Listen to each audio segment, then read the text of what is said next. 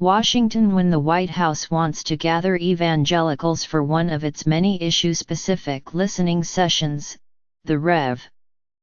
Johnny Moore is often one of the first to hear. It wasn't always clear that Mr. Moore, a 34-year-old Southern Baptist minister who was a co-chairman of the Trump campaign's Evangelical Advisory Board, would be a frequent White House guest.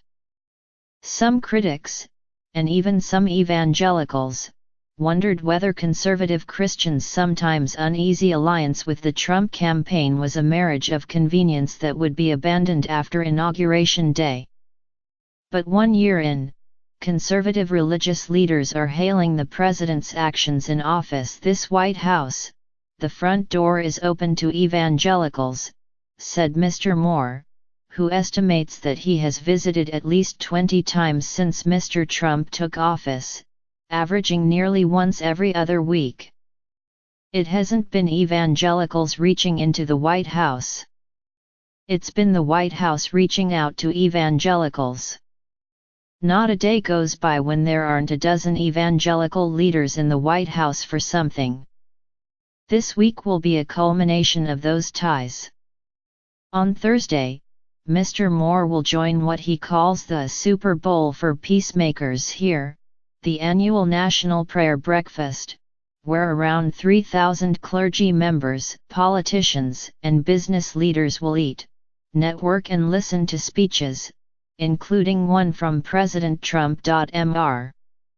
Trump will stand before an audience that has cheered the president's first-year agenda as its own, announcing that the American embassy in Israel would move to Jerusalem, anointing a National Prayer Sunday, appointing Neil M. Gorsuch to the Supreme Court, signing anti-abortion legislation, opening a Conscience and Religious Freedom Division at the Department of Health and Human Services, and fighting to end the Johnson Amendment, which threatens religious organizations with the loss of their tax-exempt status if they endorse political candidates. Many evangelicals did not see such a list of accomplishments as inevitable.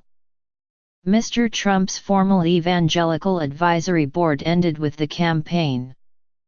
But his continued attention to evangelical causes is not a coincidence. Mr. Moore and others have helped remnants of the board remain active in the White House, providing the administration with a constellation of religious figures to lend its platform gravitas among evangelicals. Mr.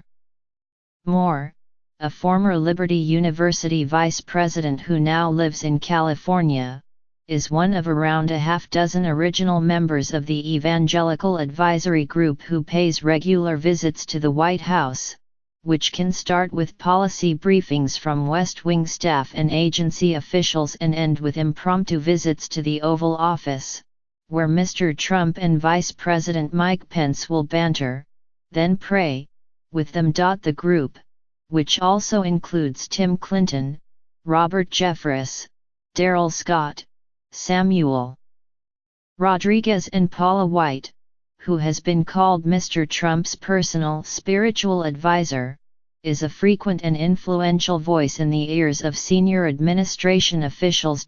Jennifer Korn, who as a deputy director of the Public Liaison Office manages contact between the White House and faith groups, sends out invitations to policy briefings and the listening sessions. Ms. Korn invites senior West Wing advisors such as Jared Kushner, Ivanka Trump, and Kellyanne Conway to visit the groups, which range from 20 to 100 guests and are often tied to specific faith-related legislation, executive orders, and court appointments. Ms. Trump recently sat in on a meeting with female faith leaders that Mr. Moore and Mr. Jeffress attended. "We are the front door to the White House," Ms. Korn said, echoing Mr. Moore's words. Mr. Jeffress, another core member from the campaign board, has been one of Mr. Trump's most reliable evangelical advocates, regularly appearing with him in Trump Tower in New York and then in the White House. "I can't look into the president's heart to know if he really personally believes these positions he's advocating," or whether he thinks it's smart politics to embrace them because of the strong evangelical influence in the country, Mr. Jeffress said in an interview. But frankly, I don't care. As a Christian, I'm seeing these policies embraced and enacted, and he's doing that. Mr. Jeffress, who once said President Barack Obama's politics could lead to the rise of the Antichrist, said the issues that evangelicals discuss at the White House go beyond what most assume, including opioid abuse and criminal justice overhaul. He and Mr. Moore are sympathetic to the Deferred Action for Childhood Arrivals program, known as DACA, that shields young undocumented immigrants, which is often viewed as a progressive cause. When he is in the Oval Office with faith leaders, Mr. Moore said, they try to personalize issues for Mr. Trump, including in a recent discussion on DACA, when the group told the president that he should view the issue as a father and grandfather. Mr. Moore, who has spent time in Egypt, Jordan, Lebanon, Iraq, Bahrain, and Israel speaking out against religious persecution, said that evangelical advocacy in the White House also helped expedite the confirmation of former Gov.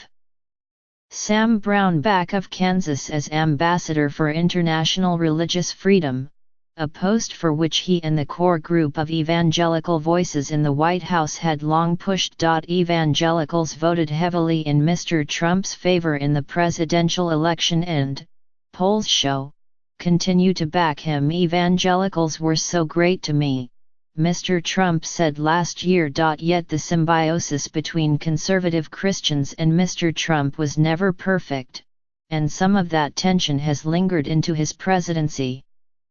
The Reverend A.R. Bernard, the pastor of the Christian Cultural Center in Brooklyn and a member of the campaign board, announced that he was no longer associating with the White House evangelical group after Mr. Trump's failure to condemn white supremacists who marched in Charlottesville, Virginia, in August. Mr. Bernard, who said he had made at least 4 visits to the White House, saw Mr. Trump as largely indifferent to faith leaders' to-do list. There was nothing hidden. He wanted that voting bloc. He wanted their votes, Mr. Bernard said of Mr. Trump's engagement with evangelicals during the campaign. It was transactional. He wanted to do whatever he thought would get those votes. When reports emerged last month that a pornographic film actress was paid $130,000 to keep quiet about her claims of an affair she had with Mr. Trump, it further complicated his relationship with evangelicals, who maintained that it is not the responsibility of the president to live a pure life. He's not the pastor of our country, Franklin Graham, a member of the Camp Advisory Board, said on television. Tony Perkins, the president of the Evangelical Family Research Council, said that evangelicals would give Mr. Trump a mulligan. Mr. Jeffress agreed evangelical support for President Trump has always been based on his policies, not on his personal piety, he said. Mr.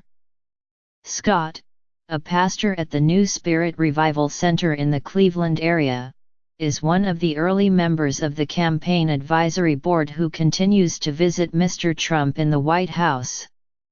He said Mr. Trump's interest in evangelicalism stemmed not from opportunism but from wanting to atone for a life largely devoid of conventional religiosity. Mr.